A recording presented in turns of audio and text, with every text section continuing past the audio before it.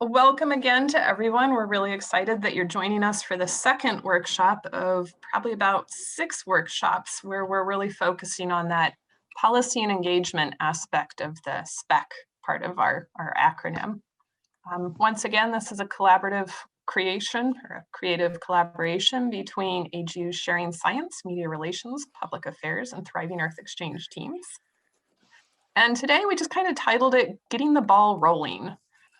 Really with the idea, we want to start building momentum, and we want this big snowball to not require 10 people to push, but to really start rolling downhill and picking up speed and getting lots of people excited, because everybody's excited about snowballs.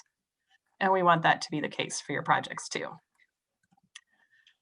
So just a quick reminder, last time we were talking about identifying your audience and crafting a message that sticks. This is kind of the second part of that discussion. We're going to talk about communications plans, announcing your project, milestones, and what they are and how to document them and how to get impact out of them. In the next webinars, and I'll show a schedule at the end, and then I will send out links to all of those probably later this week. We'll talk about mobilizing your community. We're going to have some people who have really mobilized their communities to do some amazing things. We'll go over multimedia skills. We'll dip into that a little bit today, but we'll really get into how to really use different forms of media to get your message out. And around midsummer, we're going to have a panel with journalists and politicians. So you can actually talk with the people that you're trying to speak with about what has really worked for them when people are trying to discuss science with them.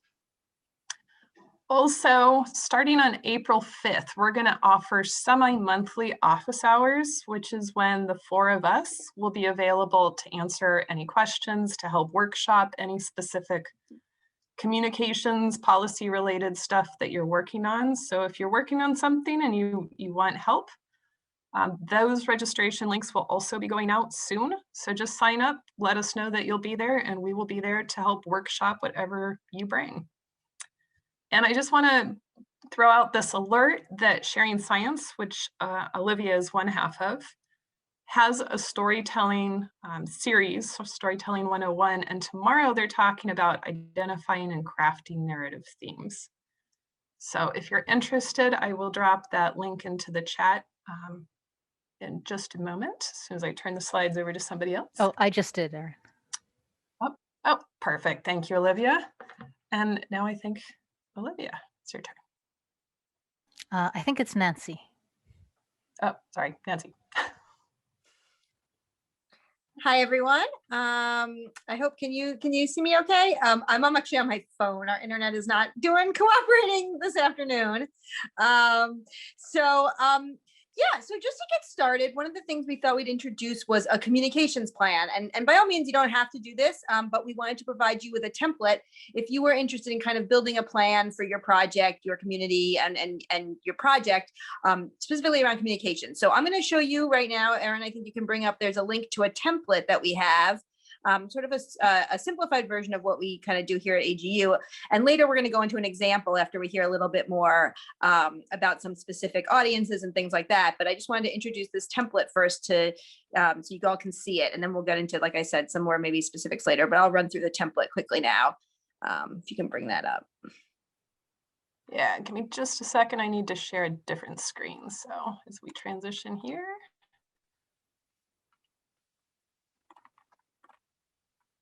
Wrong screen.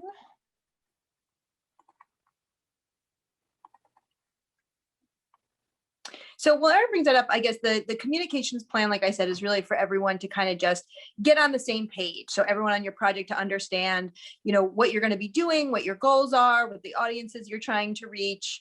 That's kind of the general idea with it. So here we go. So yeah, this is just the template. So Erin can just walk through it as I talk. This is just obviously the title slide. And then the next slide here is just the purpose. This is just the general purpose. Like we said, by writing it down, everyone can kind of be on the same page, and you can figure out who your key audiences are. And the other thing to remember is we kind of treat these, we use these at AGU as a living document. So this isn't something to kind of sit on the shelf This is something that you can kind of continue to edit and change as you go along. So the next slide, please. So the first thing to identify is kind of the key team members. And this, when we're talking about a communications plan, and I guess, I mean, you can use this for your general project as well, but when we're talking about communications, who are really the key people who are involved in any communications that you're doing around your project, and what is their role? Not only with the project, but what is going to be their role, you know, with the communicating that you're doing? Are they kind of doing the social media posting? Are they kind of reviewing things? Are they the spokesperson? You know, all of those kind of things. And then the next, this is kind of the really the meat of it. And we'll get into, like I said, an example a little bit later, but we call these the GSOTs. It's the goals, strategies, objectives, and tactics that you want to achieve communications wise. And there's a link there to a good article that kind of lays out what these are. And the goal is really kind of the overarching big goal of what you want to achieve. So is that, you know, raising awareness about local air quality or local water issues. And then kind of the strategies are what are you going to do in terms of communication? You know, we want to get, you know, policymakers, we want to get the word out to policymakers. We want to get we want to get some placement in local media. We want to get community members involved. And then the objectives is where you talk about how you're going to measure that. So we want to get, you know, we want someone to introduce a bill. We want to post at least this many social media posts or get this much more engagement on our website. We want to get these many stories placed in local media. And then the tactics are, well, how are you going to do that? Well, we're gonna send out press releases. We're gonna, connect with reporters. We're going to, connect with policymakers and invite them out to our site. And we're gonna get into kind of all these really tactical things as we go along. But this is to get you thinking about it. And like I said, we'll share an example. But that's what this is. And this may take some time to really think about what those are. What all the goals, strategies, objectives, and tactics are. Then you can go to the next slide. And the next thing to do is to identify your key audiences. And we generally say to try to keep it to about 5 or fewer. And these are key audiences you want to reach, again, with communications. And you have to prioritize, where you're going to make decisions about, which key audiences you're going to reach out to. And these next slides are all slides meant to be edited and meant to be changed depending on your project. So for this, we just put a couple of examples of community members, how they know you, what they need from you, or what they want from you, sort of, how you can help them, and kind of the actions you want them to take in relation to your project. So we just laid out here, it's community members, I think policymakers and media, but this doesn't have to be what your audience is, it can be different. And all those blue buckets can be definitely changed according to your project. These are just examples of trying to get you thinking about, about these things. And then lastly, a good thing to do is kind of to keep a calendar. And this, you can kind of maybe go out a few months, if you have kind of key milestones, key dates, we have a sampling project that's going on, we have a report coming out, those kind of things to keep track of what's coming up in the project. And that's basically the template. And like I said, we'll go over an example a little bit later, but wanted to just kind of introduce that. And that's, I think, in the Google Doc that Erin shared, so everyone has access to that. And with that, I think I'll turn it over to, I'm not sure, is it Olivia next?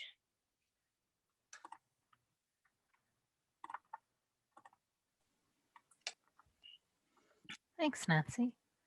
Sure. Yeah, Erin, if you don't mind advancing just a couple slides. So we're talking today, as Erin was saying, about getting the ball rolling, and that starts with how you're announcing your project. Do you mind moving to the next slide, Erin? And we're going to be going beyond that a little bit too, to have you think more about, as you know what kind of milestones you are approaching, to think a little bit more about whom you can communicate with when and what are going to be the most effective ways.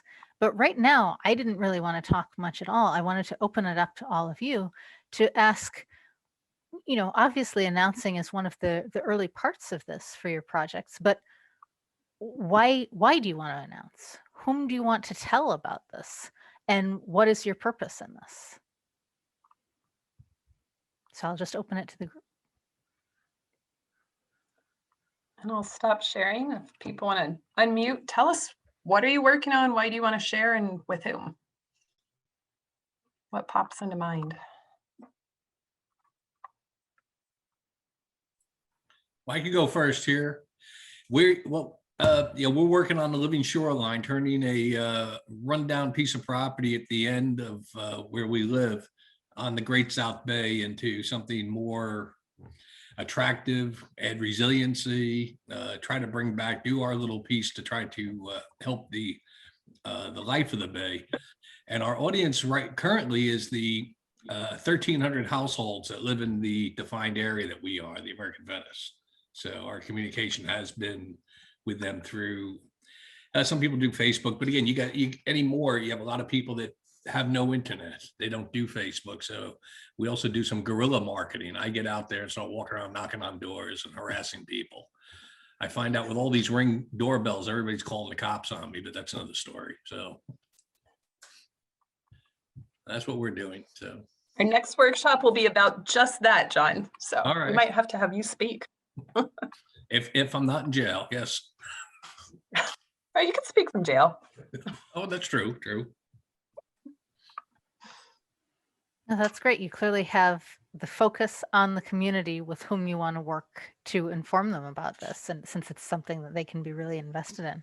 Are there other audiences that others of you are thinking about when you think about either you've already announced the project, or maybe you've announced it to some audiences, but there are others to whom you still want to announce? What other kinds of audiences occur to you, and why do you want to connect with them? Well, if I could, just with ours, again, we started just something small we would do down here, and it's taken on a life of its own. We had to involve, which of course wasn't a problem. We involved the town in it because obviously it's a bigger project that requires permits from them. And then now we're working with the state DEC. But other waterfront communities have found out what we're doing, and they're calling us or emailing us on a regular basis. And we said, well, when we get a little further along and have some, we'll gladly get together with you and share it with you. So that's great. We're going to share with them Thriving Earth's address, and Yeah, no, that's great. And we'll come back to that a bit later too, about who else can also be interested in your project. But Anne, I think, yeah, you were going to say. Yeah, I'm Anne Moriarty, and in the San Francisco Bay Area with several of my team members who are here. And we just did our first presentation this morning, like a half an hour before we got on here, with the county watershed forum, the executive committee. So there were about 30 to 40 people who are involved in other watersheds around in our county, with creeks that flow into the bay and into the rivers, the big Sacramento River that's close here. And so thinking about that audience, we had our community fellow first give a general presentation, so it was kind of orienting everyone. And then we gave the specifics of our project, and the goal was to invite them to join us. And so we shared a timeline, and also to invite them to submit projects to Thriving Earth Exchange. So that was a big bit of it. And what we really appreciated too was the response to policy. And so Norma, who's with us on this call right now, she's the mayor of Pinole, and so she was able to share specifically how we wanted to, come up with a creek ordinance and such in our town. So thinking of that audience, which is different than the audience in our watershed that we want to bring alongside. So the targeting and the messaging was a little bit different. Yeah, thank you. This is great. See, I'll be able to skip several slides later because you're already clearly thinking about precisely these things, both about how you can connect with those within your area to announce about the project and what you want to get about it, and how you can reach out to other places for whom similar projects might be really relevant. So that's terrific. Well, I see one in the chat here. Katie, do you want to speak about it at all? Sure. Sorry, it's just typing a follow-up. Yeah, so we're hosting a wildfire webinar educational series for Carmel Valley residents, and we're bringing in speakers from universities and CAL FIRE and some county, I guess, regulators. But But we're hoping that this will not only help to educate the community, but will also help us start scoping out what the top priorities are for the residents in Carmel Valley for the next part of our project.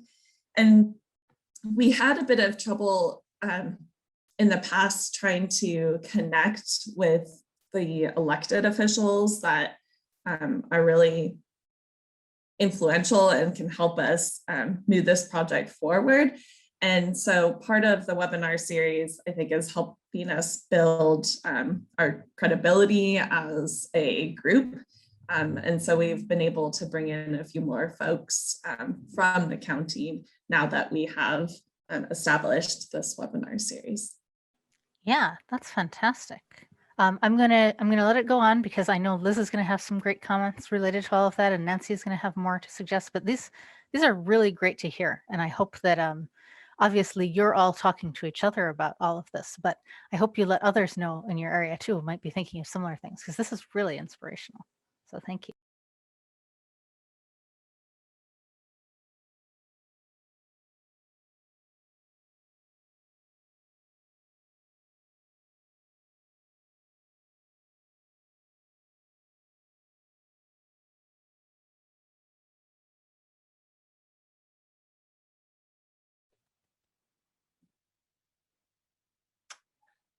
Okay, I believe I am up again.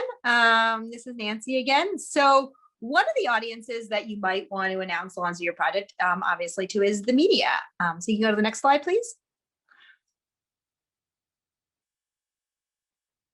So why even share the launch of your product with the media? I mean, I guess as we all know, something gets in the press, that's really going to get a lot of awareness. You're going to have, thousands, hundreds, thousands, maybe even millions of people read about your project, and that can help you get more folks involved, maybe help get funding. So you can reach a lot of different groups, if you do get something in the media, but it also will help you, to maybe establish a relationship with a journalist as well. So that's something that can continue beyond just the project launch. So you're kind of saying to them, here's the start, and maybe there's things we can do, going forward. We can have site visit. You can come out for some site visits, or if we're having community meetings or things like that. So there's kind of many reasons to share with the press. Can you go to the next slide, please? But when we talk about the media, that's kind of a broad term. And for, I think, a lot of projects probably that you all are working on, it's about the local media is probably a good bet. Those are your local online news sources, your local TV, your local newspapers, if they still exist in your neighborhood, in your area. But there's also, of course, state and national media and science media, and also think about other niche media. Is your project really related to, would that be of interest to folks who cover green building or healthcare? So think just maybe beyond also just your typical, in your town too, who you might want to reach out to, and do some research. Who are the local reporters who might be most amenable to covering, your topic, and do some research about what they write about, who might be good to reach out to, that sort of thing. Next. And so kind of what to share when you launch your project.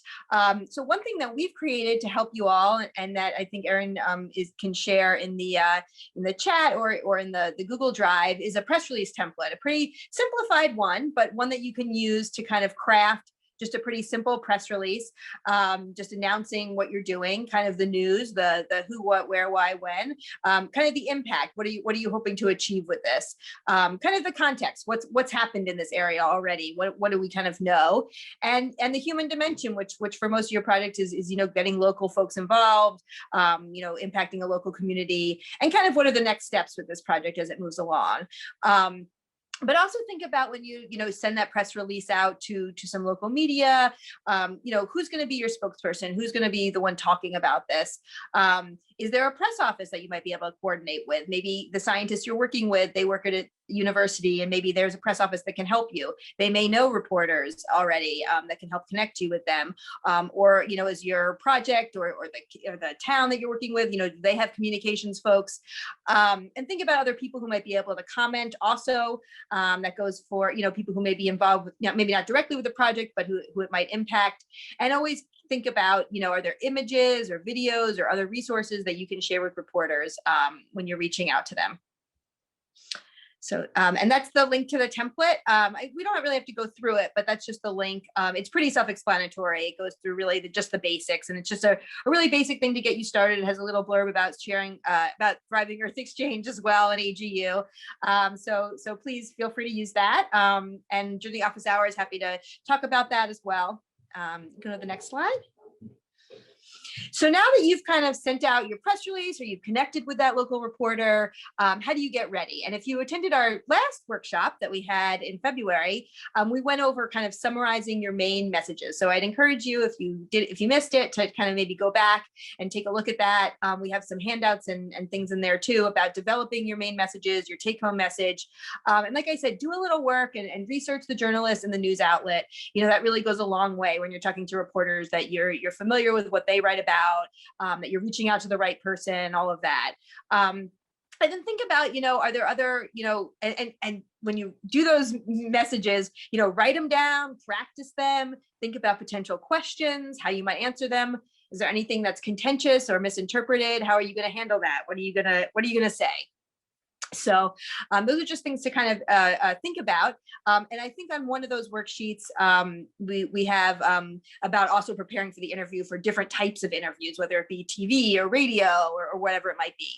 But during the interview, take your time, take a breath. Be okay to, if there's a question you want to take a pause, that's totally fine. Don't feel like you're being rushed. Be conversational. It's that same thing about your main messages. Think about reducing the amount of jargon that you're using, just getting to that, really the points that the reporter might want to hear. And one thing to keep in mind is you're on the record. That goes from the minute that you send that press release, any emails you have, text messages, phone calls, and of course the interview itself, it's all on the record and it can all be published and attributed to you. So just keep that in mind as you're talking to reporters. You don't want to maybe say some negative things, or you can't kind of say something and then backtrack and say, oh, I didn't mean to say that. It's good to just keep in mind that what you're saying can be put in print. And if the reporter kind of gets off topic, there's a way to kind of transition them back to those main messages. Say, well, that's not really my area of expertise, but what I do know is, and kind of get them back on track to what you want to talk about, being kind of in control of that interview. And then think about, outside experts or community members that you can also recommend, and again, also providing photos or video or any other, additional links that they might want to help them with their story. And then next. So what if you don't know the answer? And of course that can come up. And when you say kind of no comment, we all know that has a certain connotation, and that's not really kind of what we want to say. It's really, I don't know your answer, but if you do think there's someone who can answer it, I'll find out and get back to you, or let me put you in touch with someone who can answer that a little bit better. And again, that transitioning back, that's beyond my area of expertise. But what I can tell you is, and kind of going back to your main messages. If you went to the next slide.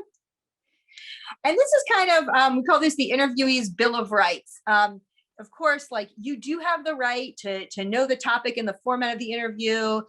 You have the time to buy time. If the reporter calls you out of the blue and you're not ready, you say, let me call you back. Ask always, what's your deadline? But to get your thoughts in order, that's totally fine. Like I said, take a breath, have time to answer the question, correct your misstatements. That's totally fine. Use notes, keep them in front of you if you want to, kind of refer back to them. And, you do have the right to record the interview so long as you ask and with the reporter's consent, so you can make sure that, everyone's kind of on the same page.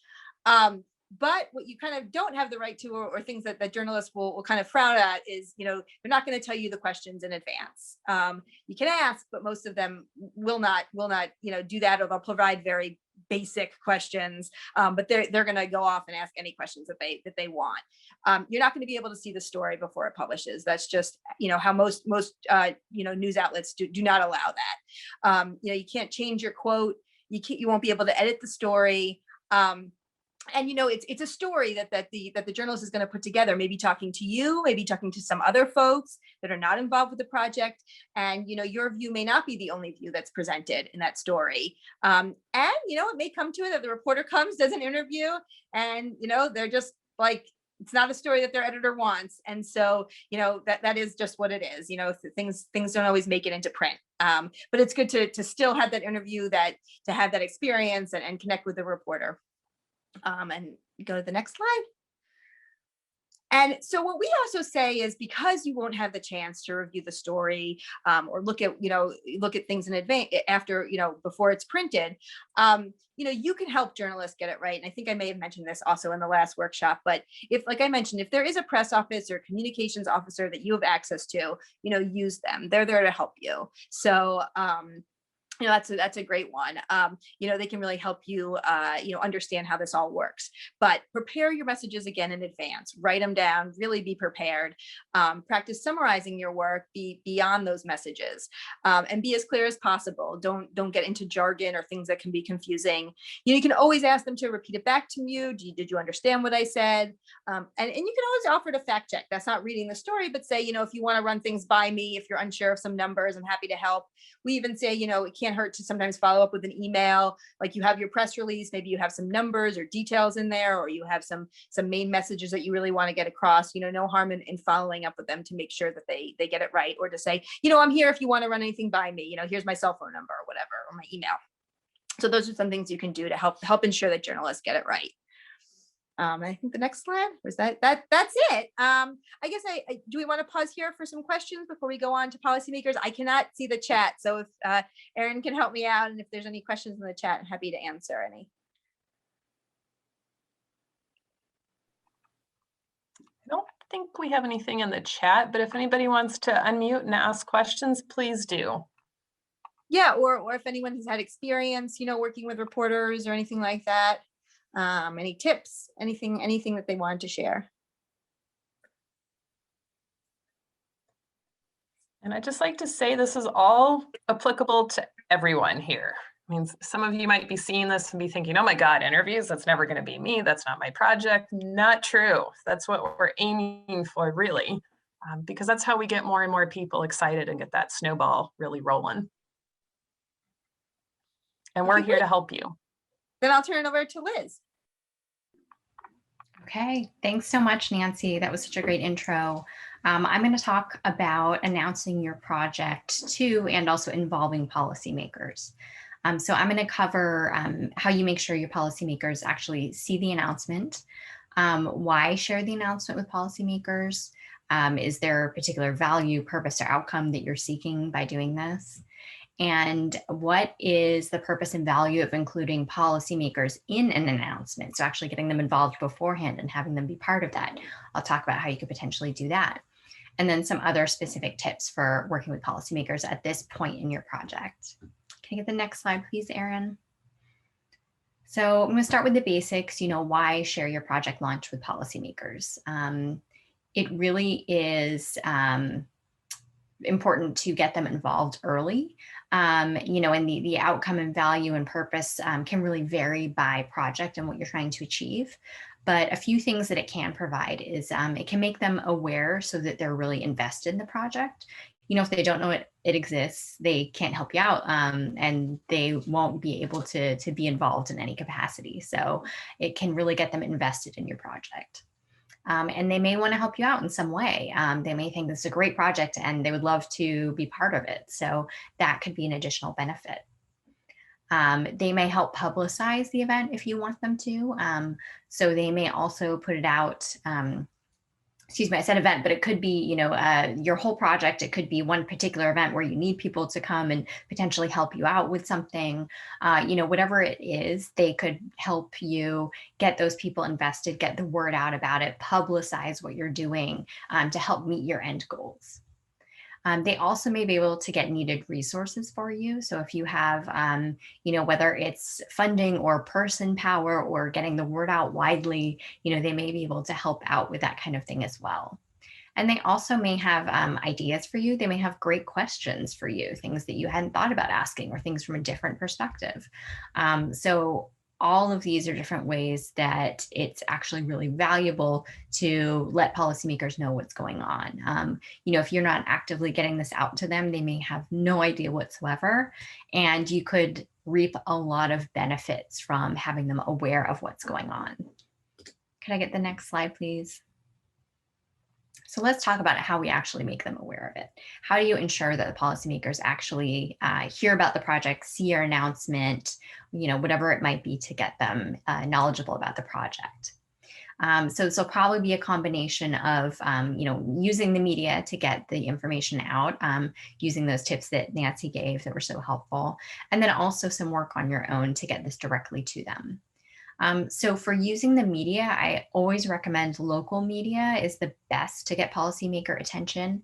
And that's because policymaker offices are really looking at local media. They're much more inclined to be reading articles from a local media source or a newspaper, as opposed to necessarily a national one, which they may also be following, but probably not quite as closely as the one that's going to be more focused on their constituents because it's a local resource. So that would be, I think, my recommendation for the type of media to go to if you do want to get policymaker attention. Try and find a local outlet. It's also really helpful if you actually mention the name of the policymaker whose attention you want to get in the media piece, if that's at all possible. You know, whenever you can do that, that's something that they're absolutely going to pay attention to. They're often searching on a daily basis. You know, they have those Google searches running for the policymaker name in the office. So if you can find a reason to mention them in relation to the community or the project itself, that's a surefire way that they would get that information in the office. Now, I will say, regardless of where you might be announcing, you know, you don't have to count on the office actually finding that information themselves. You can absolutely send any relevant article or any announcement or press release that you put together yourselves out to all relevant policymakers and their staff. Include a note about the project or how you'd like them to get involved, or if you have a particular ask for them, something that, you know, you'd like them to help out with. You can include that in your note and potentially even use that as a way to say, hey, we'd love to talk more about this. Can we set up a virtual meeting or a phone call to chat about the project and about how to get you involved? That's a great way to start that relationship and start a conversation about the project itself. Or you could even invite them as part of that back and forth on either a virtual or, you know, in person as is safe tour of the project or of the community, or, you know, something local that is relevant to the project that they could come and see. That's a great way to get policymakers involved. They always love the opportunity to, you know, have a photo op when they can be there in person. But even now, when we're doing a lot of things virtually, they're always interested in being able to say, hey, I connected with this community group. I connected on this project. And that's a great way for them to be able to show that to their constituents and to learn more and get involved in your project. It's a great way to get them bought in and invested. So I highly recommend considering that as part of your request to the office. And then if I can get the next slide, I also want to talk about including a policymaker in an announcement. This is a really great option in addition to letting them know or giving them information about an announcement, is actually before you announce, seeing if they want to be involved in some capacity. Maybe they could be included in part of that announcement. You know, this could be, you know, you want them involved, but you haven't talked to them yet. Or this could be if they have already said that they're interested in the project. You know, you can ask them if they want to work with you on the announcement as well. Let them know what the project is, the benefit to the community, and say, hey, you know, we're going out publicly with this. We'd love to have you, you know, listed as involved or a partner or supporter, you know, whatever role that they're comfortable playing. And then if you do a joint announcement together, if they are invested, they want to be part of it, they want to be shown as a supporter, they might be interested in also helping you get this information out, which would really get it out widely to probably more people than your group could reach on their own, because these policymakers have a lot of followers a lot of the time. And the joint announcement, you know, for them, it looks really good because they're helping out their constituents and showing off this, you know, I'm a helper, I'm doing good in the community, that kind of thing. It can make them feel somewhat indebted to you, you know, in a positive way, like, wow, they offered me this great opportunity and now I want to help them out. It can make them feel much more invested in your project. And like I said, it can be a great way to get more eyes on your project early on, which may have very positive benefits like additional support or resources for your project, more people calling up and saying, I want to get involved, I want to be part of this, or I support this. So, you know, if you're trying to get community buy-in, this could be a great way to help initiate that. And then I think I have one last slide for this section. Thank you. So, you know, a few things to do. Really important to get that information out to the policymakers directly. Meet with those policymakers to discuss the project launch. Inviting policymakers on a site visit, where it's virtual, in person, doesn't matter. You know, it's a great way to get them invested and be able to show them more and explain more about the project itself. It's a great time to develop relationships with both the policymakers and their staff by showing off this great project, even if they say, no, we don't necessarily want to put our name on this from the get-go, but we're interested, we really support you. You know, you could still use this as that launching point to develop relationships and start having conversations with the office and with the staff in the office. And that communications plan that Nancy shared is a great way to lay out some information about how you plan on getting policymakers involved. And there are tips specifically for engaging with policymakers in that plan, as she showed you earlier. So that is a great thing to start with, start getting some ideas. And I'll also mention, you know, we're happy to help if anyone is struggling with this a little bit or has questions. You know, we're here to help out. And so with that, I'll see if anyone has any questions on involving policymakers before I hand it off to the next speaker.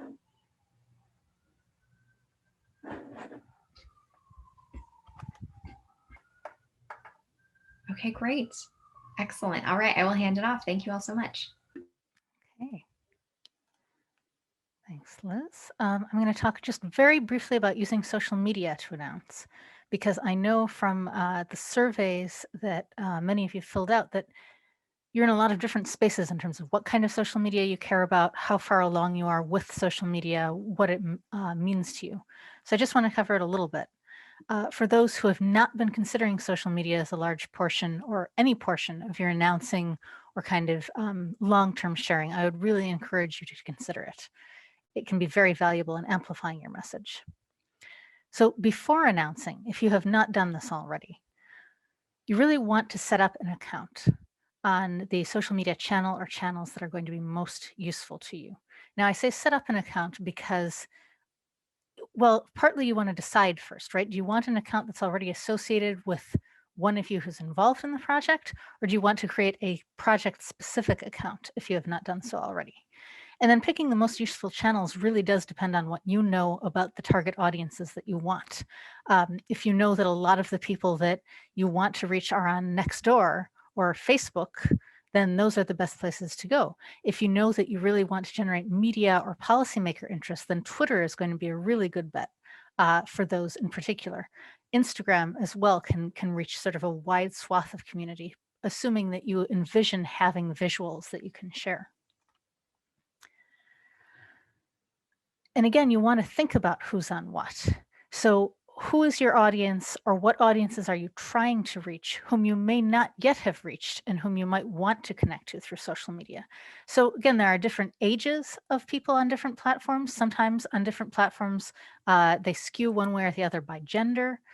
Again, some platforms like Twitter are very heavy for media, for journalists as well as policymakers. They almost all have a Twitter presence.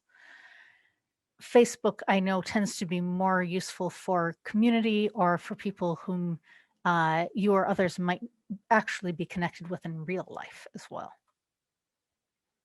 And then you also really want to think about what data you want to be able to gather from the social media that you're using. So there are a ton of different software platforms out there that you can make use of. So TweetDeck, Hootsuite, Buffer, Falcon, and Later are all essentially scheduling software of different kinds that will let you schedule social media posts on a variety of different channels, depending on which one of these you're using in advance. So you don't always have to be there, so you can maintain a presence. Some of them also can give you some pretty decent analytics as well. And then these weirdly named things on the other side are all related to finding data, to helping you either, well, I think Nuzzle is one where it actually lets you filter your own feed so that you can only be looking for content coming from people who, you know, have certain hashtags or certain keywords or something like that. So it sort of helps you narrow down what you're looking at in the social media that's coming in. Tweets Map, I think, is more about getting data. IFTTT is if this, then that. So it allows you for some sort of conditionals related to what happens with tweets. So that one's pretty weird. I don't really understand it, but it exists in the world. So I wanted to let you know.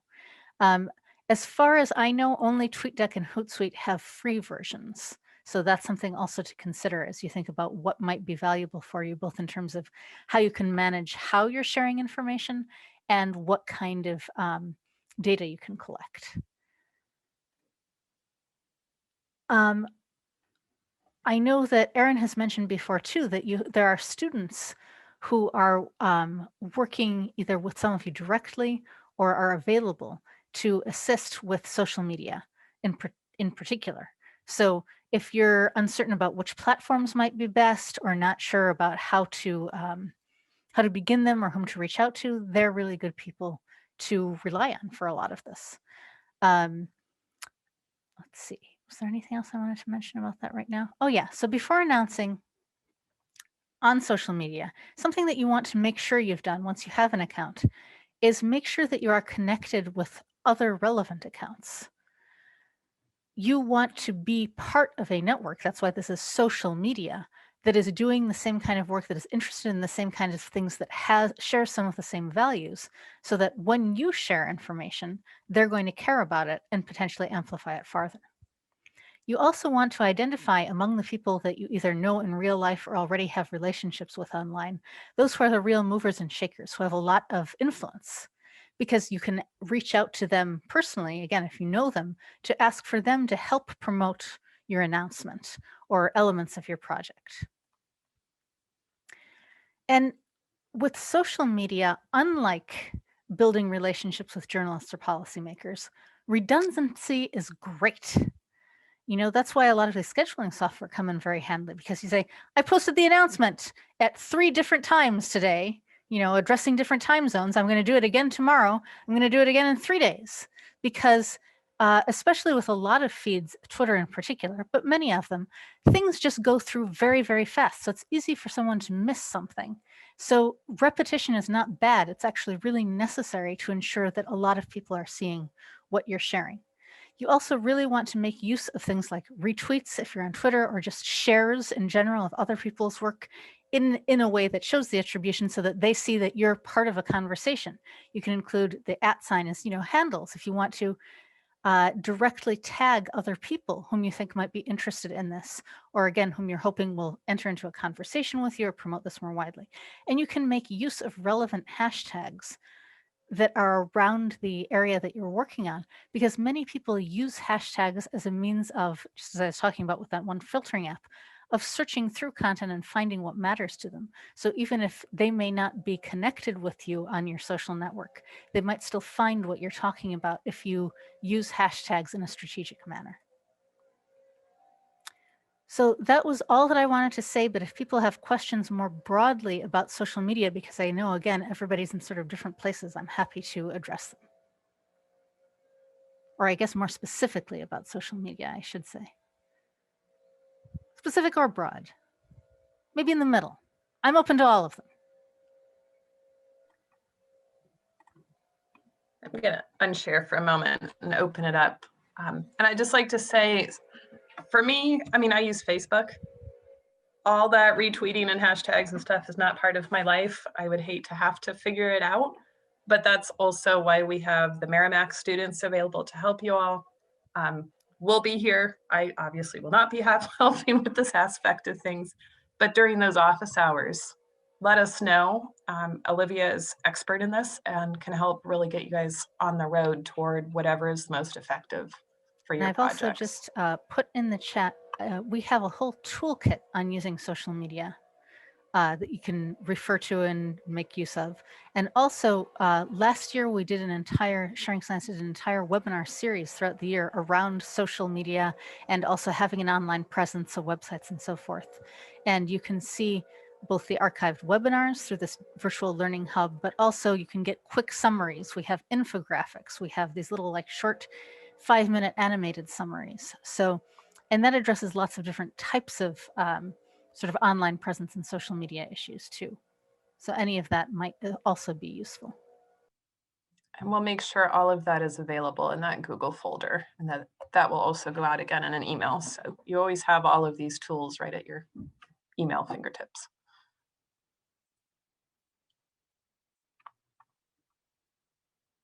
Any questions?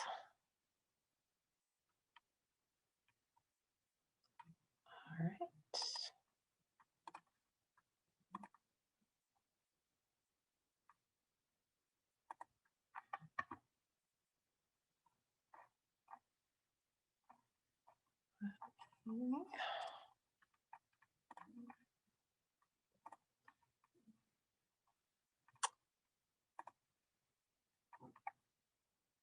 All right, so the next section is about milestones and documenting. This is really where you're identifying kind of those key heartbeats in your project that you really want to share. And that's kind of the fun stuff too, because it's where you've achieved something and you really want to get that word out, share, get people excited about it. So going back to speaking up or entering your thoughts in the chat, what for your projects are you considering to be milestones that are happening, say, in the next 3 months? And again, I'll stop the share. I'd like to take a few moments and hear what you guys are thinking in terms of what are your upcoming milestones? What are you really excited about?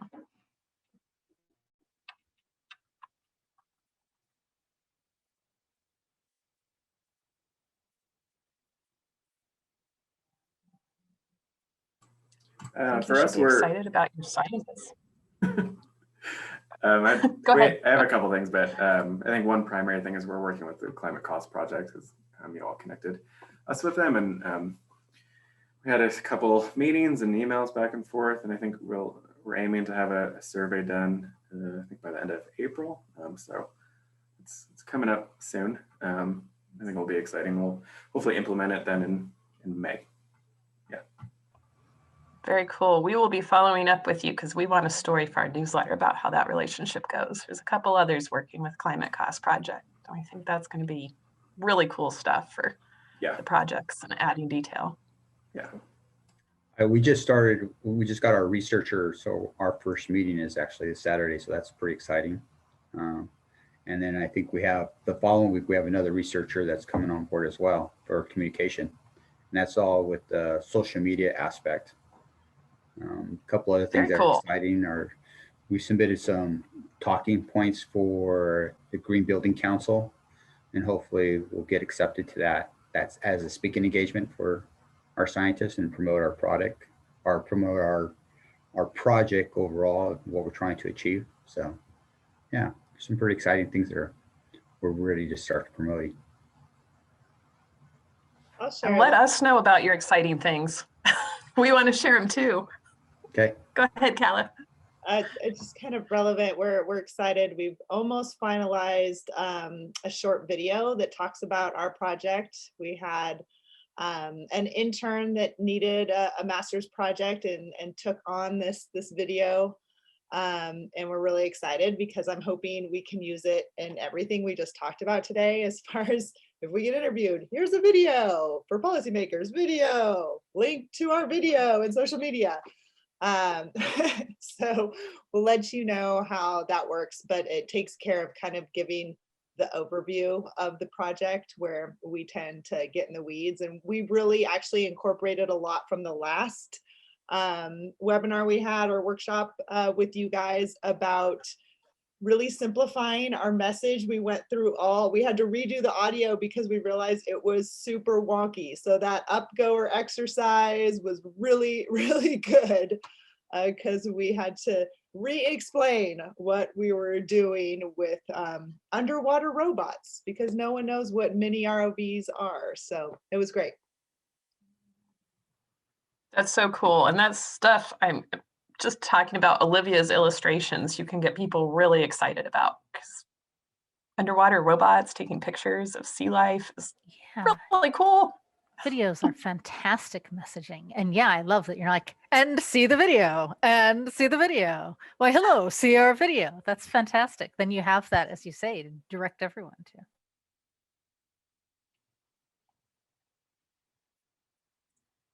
Katie has a webinar series coming up for Carmel.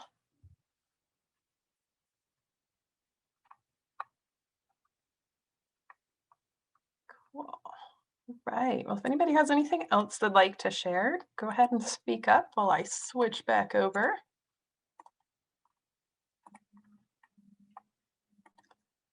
All right.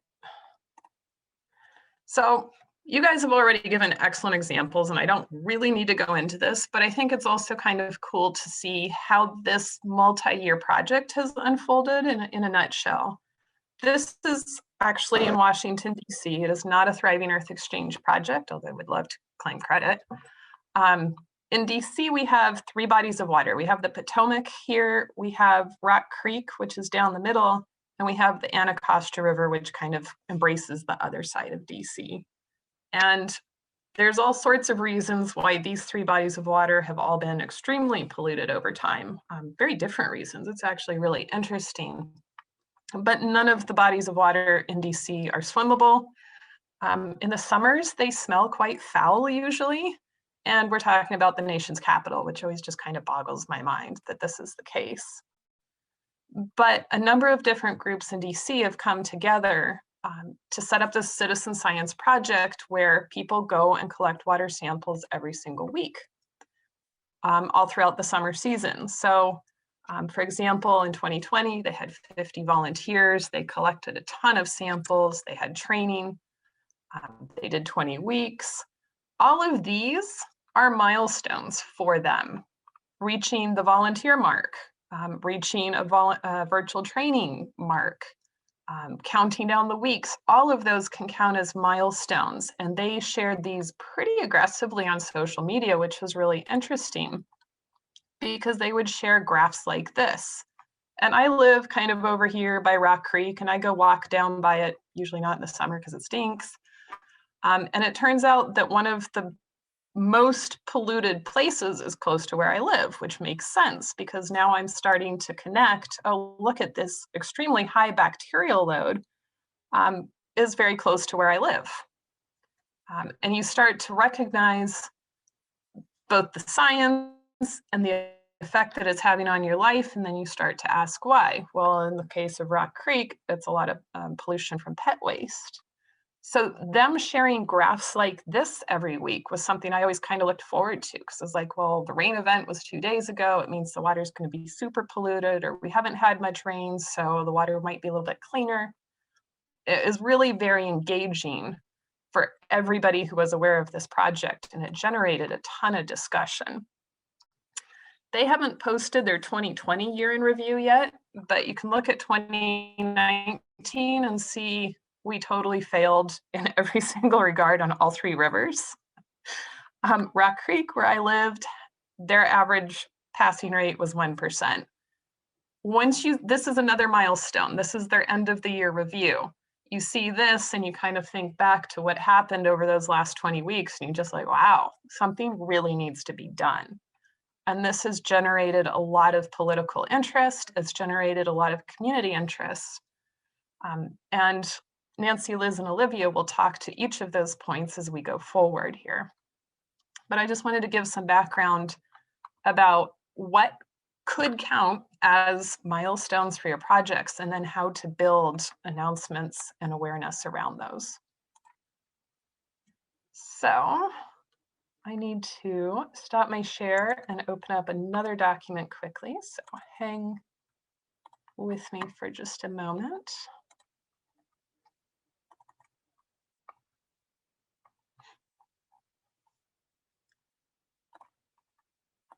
And we're going to go back to that communications plan. But this time it's been filled out. Nancy, you're on. Okay, great. Yeah. So Erin filled out kind of as a test subject our communications plan here. So it's a little bit of we wanted to show an example, so how this might actually work. And this is not comprehensive. We kind of, she did it based on, obviously she's not deeply involved with the project, but just kind of on things from the website. And so we'll go through it a little bit and just show you generally how this works. So you can go to the second, I guess you can skip it all the way to the third slide. So she identified the key team members, and again, this was people who are involved in the project, but also involved specifically. We're talking about communication. So who are those key folks?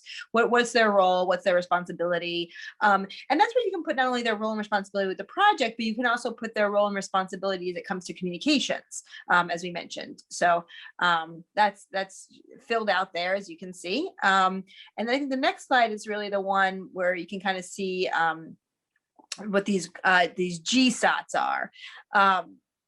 So we can make that a little bigger. Okay, great.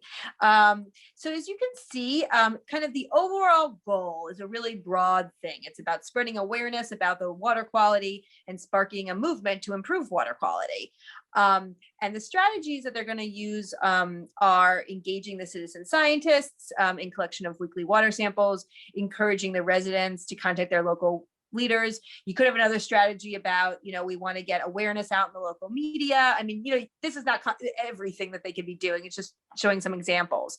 And then the objective is, like what we said, is where you kind of put a number to it. So how many samples do you want to get? How many, where do you want to kind of post these results and how often? How many letters do you want to get out to local folks? Maybe how many mentions do you want to get in the media? How much more engagement do you want to get on your social media? Those are all kind of objectives, and they're all going to be what you want, how you think you can achieve what you're trying to achieve. And then the tactics are really down to that, that nitty gritty tactics that we talked a little bit about, and we'll talk a little bit about now to get you thinking, in terms of different audiences. But is that posting to all these social media? Is that providing, template letters that folks can use? Is it, doing a photo competition to get folks excited? Is it, someone mentioned fact sheets. Is it providing fact sheets? That kind of thing to policymakers. So it's really anything. We just wanted to kind of show you this is as an example of how this might be used in practice. And then I think the audiences here are similar to what's kind of in the template, but it's kind of the community, the policymakers, and the media being their audiences, and how they're gonna reach them through these different means, and what they want the community members to do. So a community member might find out about it because just word of mouth, and what do they need? Well, they want to understand what's going on, and how you can help them. You can give them information about it. You can show them how they can get involved. And then what do you want them to do? You want them to volunteer to take samples. You want them to get engaged on social media. Maybe you want them to go and talk to their own local, leaders in their neighborhood. So these are just examples of how this communications plan can be put into action. So and then similarly, we went through policymakers and the media, and we're going to go into this, like I said, next, about a little bit more about milestones and the things that you can kind of share and things like that. And then I guess you can go to that slide 9. Yeah, again, I didn't do my homework completely here, but here I could have said Mary Che, who is one of our policymakers, and I could have very specifically said, based on what I know about her, how to contact her. I could have put in an email. So I didn't completely finish doing my homework here. Just wanted to jump in and give that more concrete example. And then the calendar, and then the calendar is kind of what we're talking about, thinking about these milestones, like Erin mentioned, when are you doing the sampling? When are you doing the testing? When are you coming out with the report? When do the numbers come out? And these may not apply to every single audience, right? Like a reporter or a policymaker they may not want to hear about every incremental thing, but those are great things for the community to know, to share on social media. So it's thinking about what are these milestones, and that's what we're kind of gonna, thinking about them ahead of time and getting them all, and what you might do when these milestones come up. So that's just the example we wanted to share. And then I guess we are going to switch over now to getting into a little bit more about documenting for all these different groups and how you might share as the project moves along, past launch as you're going into the months and years that the project continues on. So I guess Liz, you're going to talk about policymakers. Thanks, Nancy. Yes. So we're going to start with policymakers. A lot of what I'm going to share is actually relevant to some of the other audiences as well, but we will have Nancy and Olivia talking a little more about some other audiences too. So what do you want to document throughout the course of your project? Yeah, anything with a dog is a winner, of course, cats as well. You really want dynamic content, photos, video, audio, take it throughout the process, even if you don't think that you're necessarily at a huge milestone. It's great to have that content available, have video or photos of people who are working on your project, who are involved, maybe at a group meeting that you have about it, anything that you can potentially use to show what you've been doing and how you've been working, that is something that you want to think about capturing throughout the course of the project. These are things, you could potentially share on social media or website. Also, for policymakers, if you're working closely with a policymaker, keeping them updated, you could ask those policymakers to also share that dynamic content. They could put that photo on their social media or share a video on their website potentially. So, get even more information out there. One of the other things that's really important is getting information. Oh, we're still on the last slide, sorry. Getting information on impacts and involvement on the local community. Policymakers really do care about local impacts. So consider capturing metrics or information on things like how many local people from the community are involved in the project in some capacity, directly or indirectly. What benefit is the project providing to the local community? How are you helping? How are you creating a more positive environment for the community? And then how will this help the community going forward? These are the kinds of things that you can think about and document throughout the process as well, and things that policymakers are really going to care about and want information about, both throughout the process, at these major milestones, and at the close of the project. Okay, ready for the next one, Erin.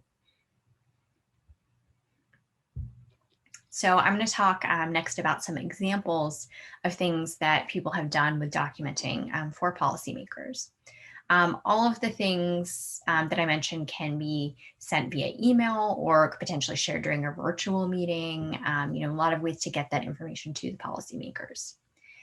Testimonials of community members talking about what the community was before the project, the impact the project has had, the benefits for the community of the project. These are fantastic, useful things that the policymakers are going to care about because it's showing the impact on their constituents.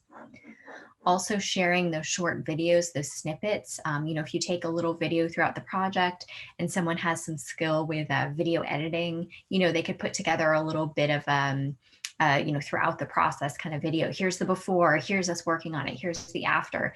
It doesn't have to be long or fancy, but those kind of videos and images really are so much more dynamic and engaging than just, sharing this verbally or just in writing. You could think about sending some brief email updates about the project throughout the course of the project. This could be, here are a couple of photos and here's what the stage that we're in now. Here's what we're able to achieve at this point. If there's any, data highlights you want to share, this could be a great way to keep policymakers engaged and invested throughout the lifetime of the project. So that's a great option to think about.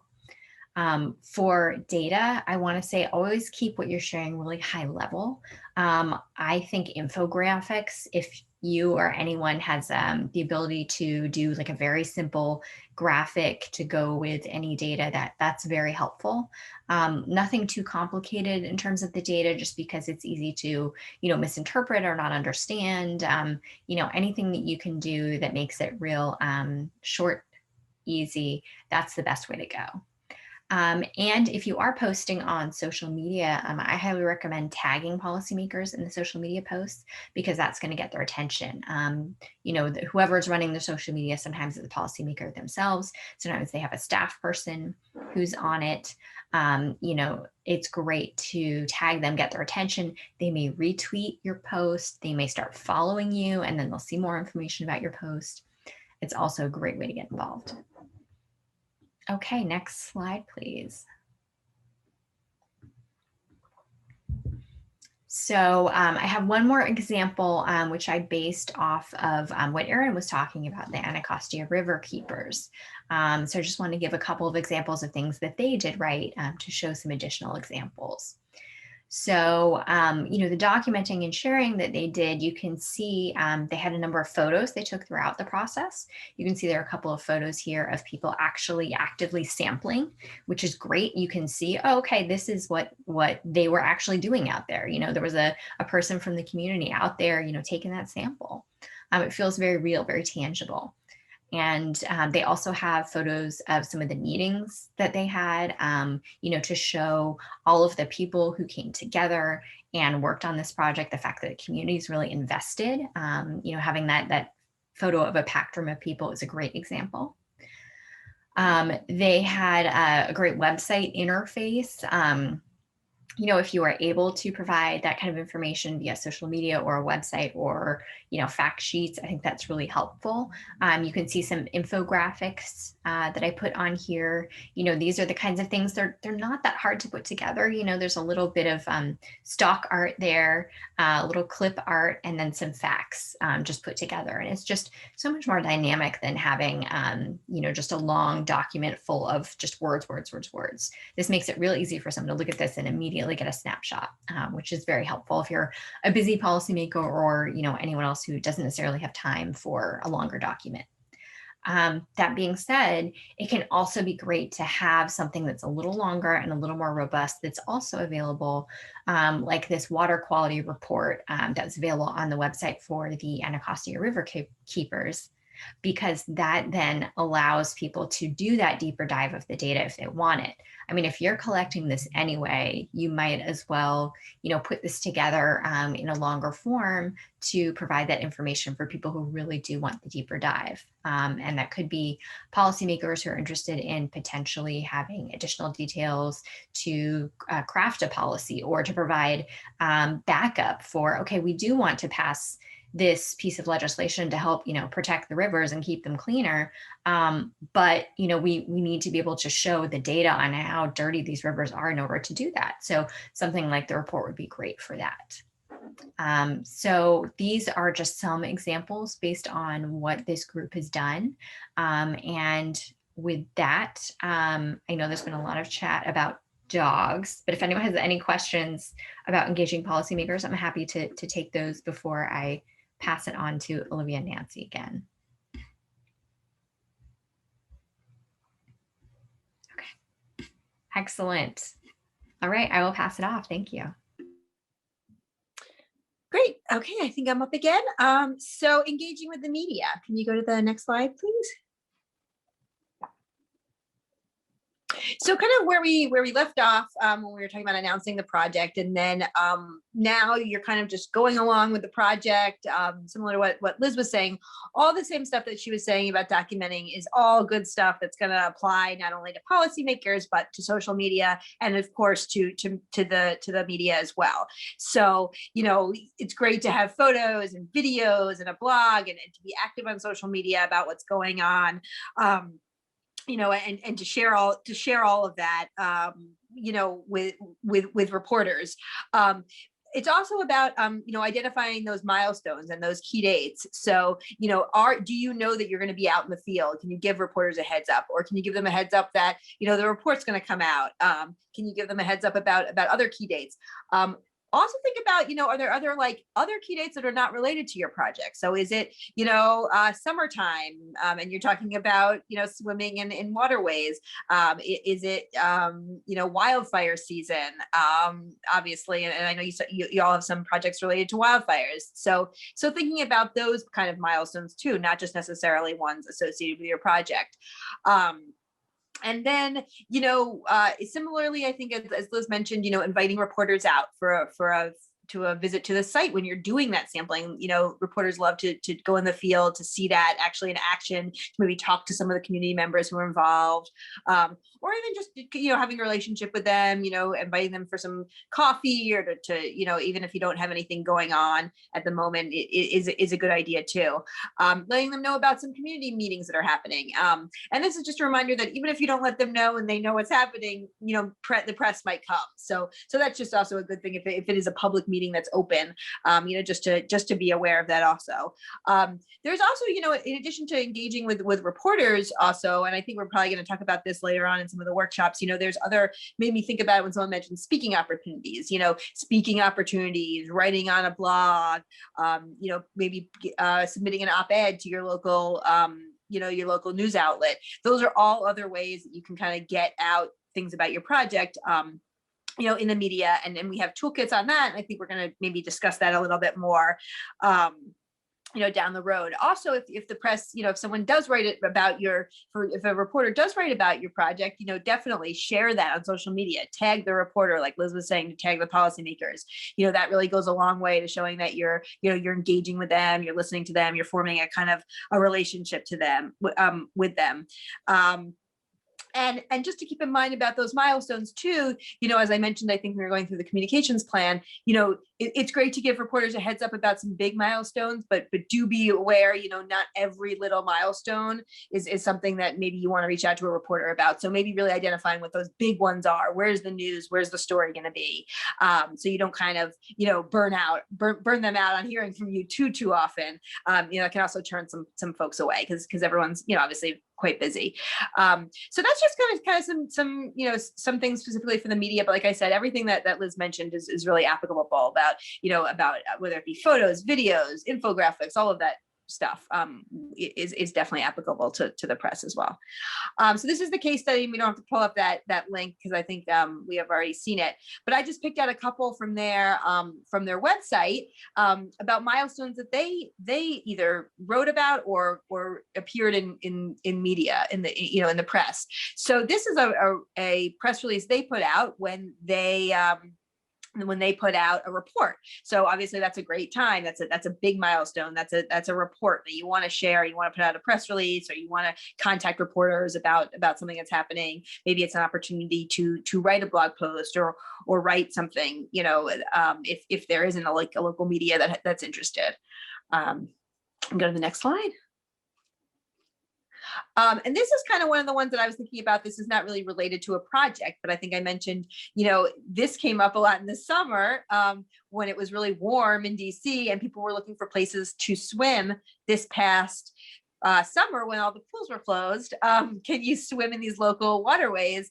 And that ended up referring back a lot to this project. So, think about those, like I said, is it wildfire season and you have a wildfire project? Is it something like a Earth Day or kind of a World Water Day, things like that. And your project might relate.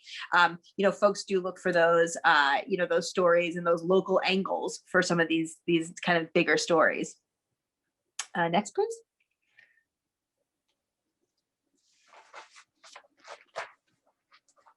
And then just kind of this evergreen coverage. So this is kind of a little harder maybe sometimes, but if you start developing a relationship with a reporter and they're really interested in the project, they want to just write, kind of some sort of maybe more of a feature story, something that's a little bit longer, they've really been out with you maybe a couple times. It's a more in-depth story about the whole project and what's going on. So this is another way that you can definitely generate coverage, even if you don't have a big thing happening, but you want to kind of, work on that relationship and kind of get something that's just ongoing as your project continues. So those are just some examples. And I think that's it. I think I'm going to turn it over to Olivia now. I think. Yeah, thanks, Nancy. Yeah, so again, a lot of this has been said already, in part by Liz and also by some of you as you're talking about what you've already been doing. So I'm not going to belabor this point. Testimonials, great, yes, have them.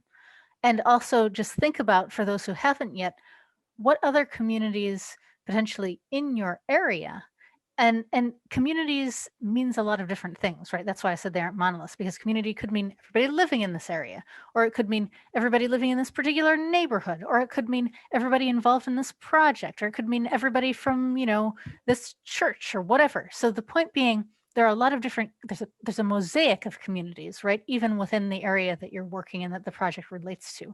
So thinking about whom you might not yet have connected with, whom you could through some other identifiable community, like some of the ones listed, is also really valuable. It's just another way of connecting, sort of really integrating the project more profoundly into the community, as well as what some of you have already obviously been doing, which is thinking about what other communities share similar characteristics with ours, who might care about this project because they might want one like that for where they are.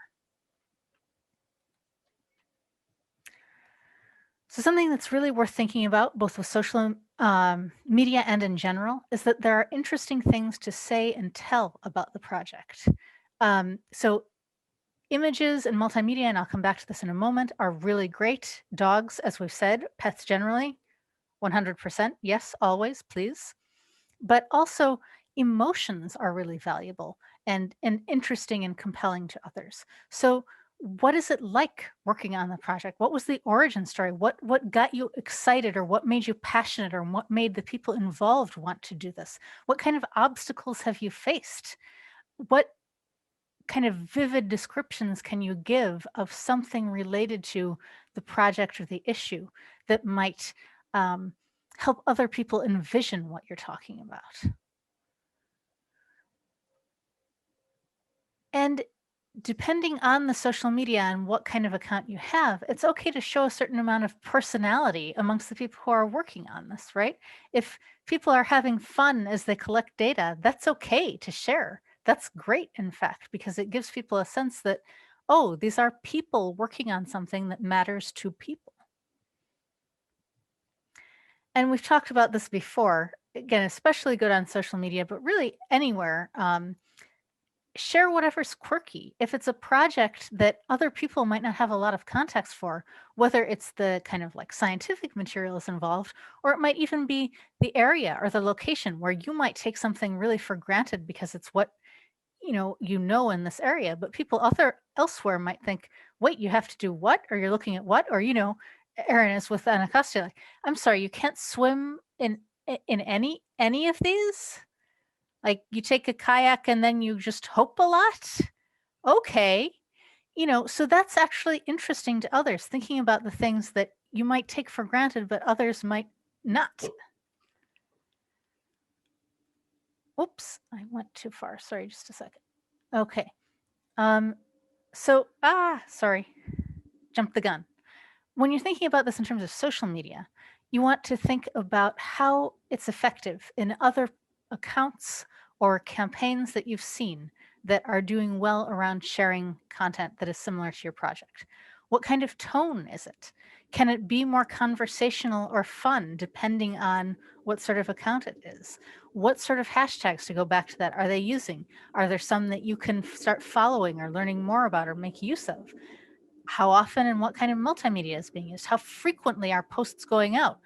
Not just about your particular topic, but more broadly, right? Because the whole thing with social media is that if you're just pushing out your own thing over and over, that can get really boring. You want to see if there are other things that they're also sharing and how you can be engaged. And again, it's social media. So is there dialogue? Are people sharing other people's contents? Are they replying to conversations? And who is connecting with those groups? So looking at others whom you think are effective is also a really good way to get inspiration yourself for what you might want to do in the social media realm, but really anywhere. And then again, we're going to have a whole workshop on multimedia. So I'm just going to scratch the surface essentially here. But as both Liz and Nancy have pretty much already said, Document everything. You know, a couple of people have just gotten their scientists, right? Or you're going to have a meeting with them very shortly, upcoming. I can do grammar. I major in, I'm a communications expert. You know, when you do that, okay, it's probably going to be online, but take some fun screenshots. Think if there's something that you could all hold together that's related to the project or something while you take it. Or you're doing a webinar. Is there a way to, again, like capture some part of it that you can then share? Or again, the fact sheets, those are really great. But especially, obviously, if you're able to do things in person or outside or at a specific location, those are really great and very compelling. But again, even if it's online, if there are ways that you can document people's engagement, that's still really good. And again, collect more than you need, because you never know what you'll end up using later. And really, again, we'll get into this more in a whole other workshop, but fancy software is not the biggest deal. Now, I say this as someone who has, you know, a DSLR camera and a number of lenses and would be happy to talk to people for a long time about apertures and macro shots and so forth. That said, so long as you have some ideas about composition and what kind of message you're trying to send, you can take a great photo with anything. And certainly the cameras that phones have these days are pretty good as they are. And there are a lot of apps that will also let you edit what you have. So it's the same with almost any medium that you're trying to use. If you have a good sense of the technique, that's going to count for more.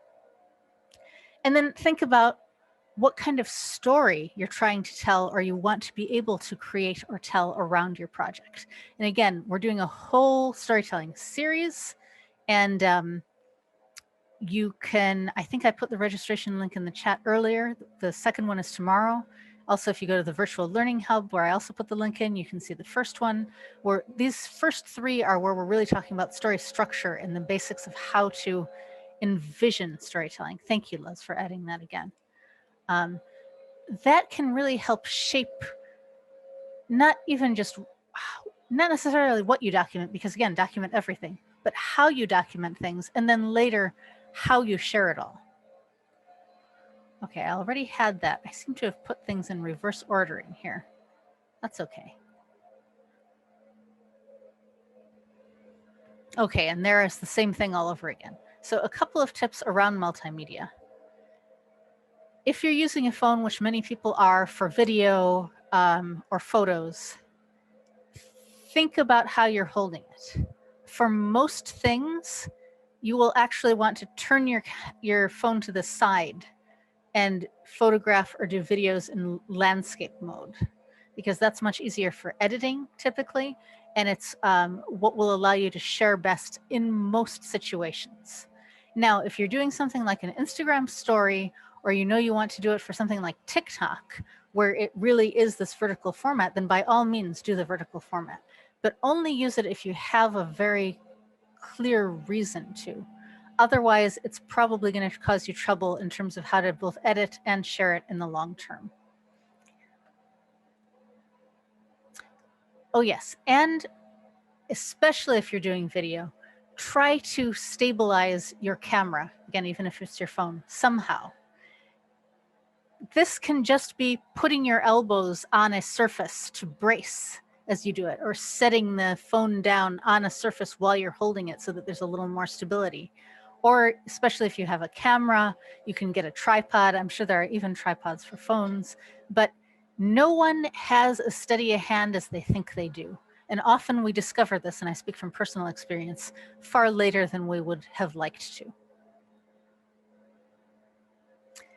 If you're doing video or audio, again, both have video audio elements, try to use some sort of external mic. And there are some that you can get even with phones that will really improve the quality of video. So if you're having a conversation over the computer, for one, don't just wear a headset like the one that I'm wearing, because that kind of audio will be much better. If you're trying to record a video outside and have someone talking, try to do some sort of external mic if you possibly can, because ambient noise is really picked up a whole lot, especially by phones. So that can be difficult later if you're trying to get people to really appreciate what's being said or what they're hearing. And then, as Liz was already saying earlier, again, I got too excited about going through these. Put people in photos if you can. It just makes it more interesting. We're selfish creatures. We like to see ourselves in things. We are drawn to that element. Again, also really great from the perspective of policymakers or journalists who have to explain how is this relevant to a community. Well, if there are people in it, that's already a step in the right direction. And if you can like throw a cat in too, more power to you. And then using some kind of visual content can be really great. Even if you think, oh, well, I don't draw things, I can't do this sort of thing. Let me tell you, I'm a pretty competent artist and I've been working on it for a while and can do some pretty good stuff. But almost nothing that I have drawn has had more, the thing that I've heard more people asking if they can use later and liking is that little stick figure drawing on the right there, because it speaks to people. So you don't have to be, Rembrandt or something to be able to do something that's still going to catch somebody's eye and speak to them. And then again, as Liz and Nancy both were talking about earlier, infographics and maps of any kind are a really great way of sharing information in a way that's immediately digestible, but also appealing to look at. And there are lots of ways to do that. Canva is one of the big ones out there to develop it, but even PowerPoint, and I still don't know the secrets of PowerPoint. I know someone who claims she's going to teach them to me, but apparently even PowerPoint can let you do a lot of things to just make simple presentations of data that are very attractive. Or again, as Erin was saying, ask the students and make them do it. I am in favor of that as well. So again, that's all I'm going to cover in the moment. Happy to talk during the next workshop or during office hours about things like, types of materials and equipment, post-processing, all that stuff. But if there's anything else right now, I think for any of us, please feel free to ask.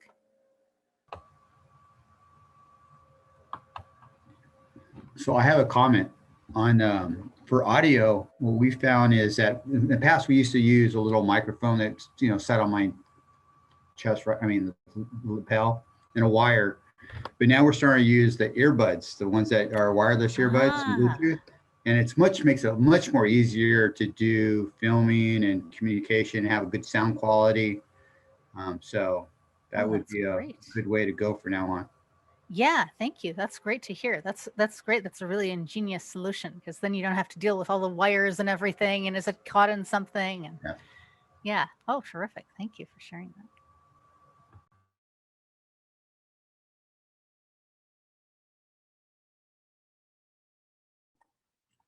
And if there's something in particular you'd like us to cover during that multimedia workshop, let us know. There's all sorts of skills under that heading.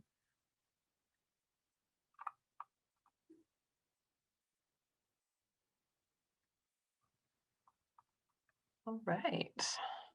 Well, I'm going to share one more time to just wrap up. It always takes its time. So to wrap up, we really want to get the ball rolling. We want cute pandas who hopefully roll a lot roll a lot better than this one. And we want people to look at this with as much interest as they're watching this panda right now. There's a lot of resources, a lot of tools available to really help share the work that you're doing. Even if you're like, it's measuring water quality, it's really boring. Just as Olivia was just saying, we like to watch ourselves do that sort of thing. And sometimes just seeing that picture really inspires curiosity and motivation, questions. People want to know more. So can't emphasize enough the importance of photos, of video, of also just plain audio. Hearing people's stories can also be very riveting. Speaking of stories, once more, tomorrow, Storytelling 101 is from 2 to 3 p.m. Eastern time. If you're interested, the link's been dropped in the chat several times, so definitely sign up and attend. Shane and Olivia are great speakers. It will be really fun. Again, on April 5th, we'll start the first office hour. I'll send around links for the rest of the year shortly. If you're interested in attending, please just register and we'll help you workshop on whatever you have. Whether that's a press release or some sort of audiovisual thing, let us know. We'll be there to help you. And then our next workshop is toward the end of April, and we'll be talking with other community leaders who have a lot of experience mobilizing and organizing their communities. So I know a lot of you have been asking, well, how do I get more people involved? This is so frustrating. People aren't involved. How do we do this during the pandemic in particular? I can tell you just from watching the listservs I'm on in DC, people desperately want things to do. I think there's a lot of opportunity there, and we'll be talking with some people who are really seizing those opportunities. So with that, I'd like to just open it up for questions again, or sharing. Would love to hear more about your projects, where you're at, where you're headed next. I just have one question real quick off topic. The panda playing out in the snow, was that at the National Zoo? To be honest, I stole that All right. from the internet. And I was gonna say, Couldn't tell you. every time I went to the National Zoo to see the pandas, you can never see them. They're always hidden in their den and you have to watch them on camera. So that's boring. So anyways, nice video. Appreciate that. I was trying to get a snowball going downhill and I just wasn't finding it. And that panda was like, well, this conveys the message. Don't roll like the panda, but be as cute and interesting as the panda.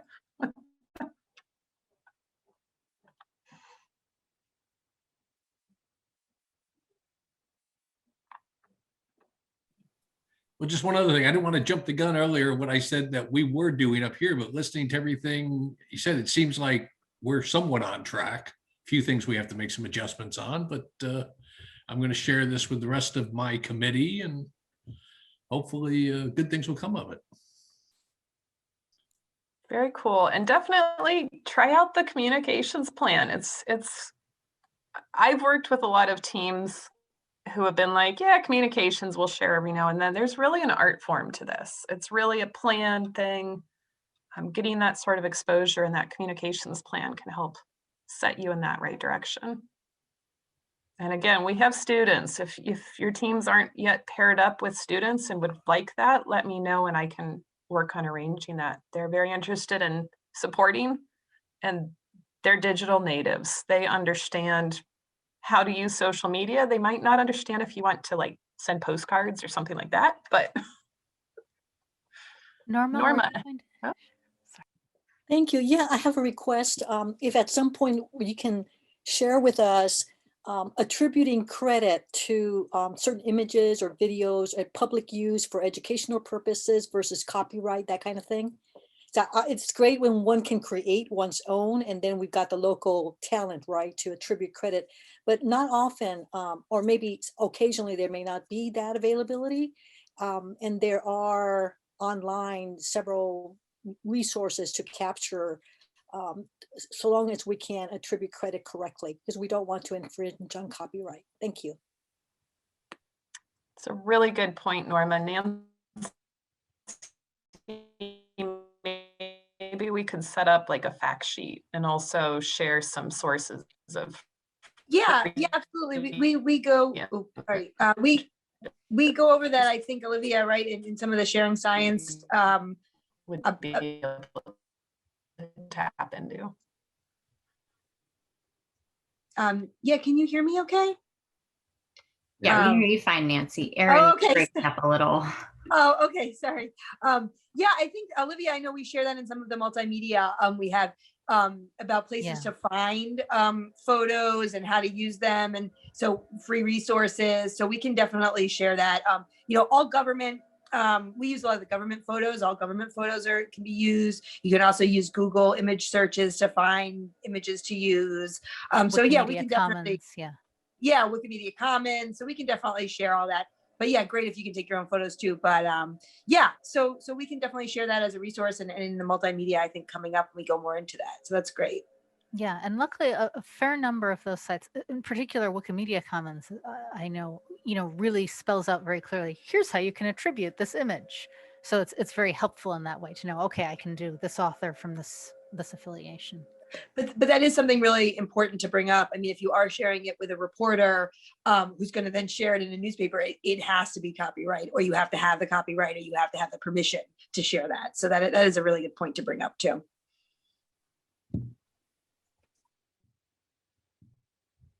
I was just going to mention that because of this program about sharing to public officials, that actually encourages my team to start to share with different public officials and engage.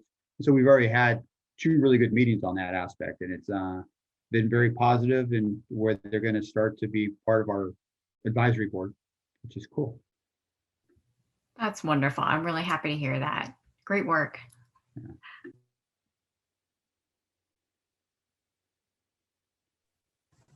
Yeah, that's great. And I think it speaks too to the fact that, sometimes, and I have this happen myself with various things. I think, oh, well, why should I connect this with this person or do this? I mean, are they going to care? Is it going to matter? But as you say, like once you spoke with them, now they really want that involvement.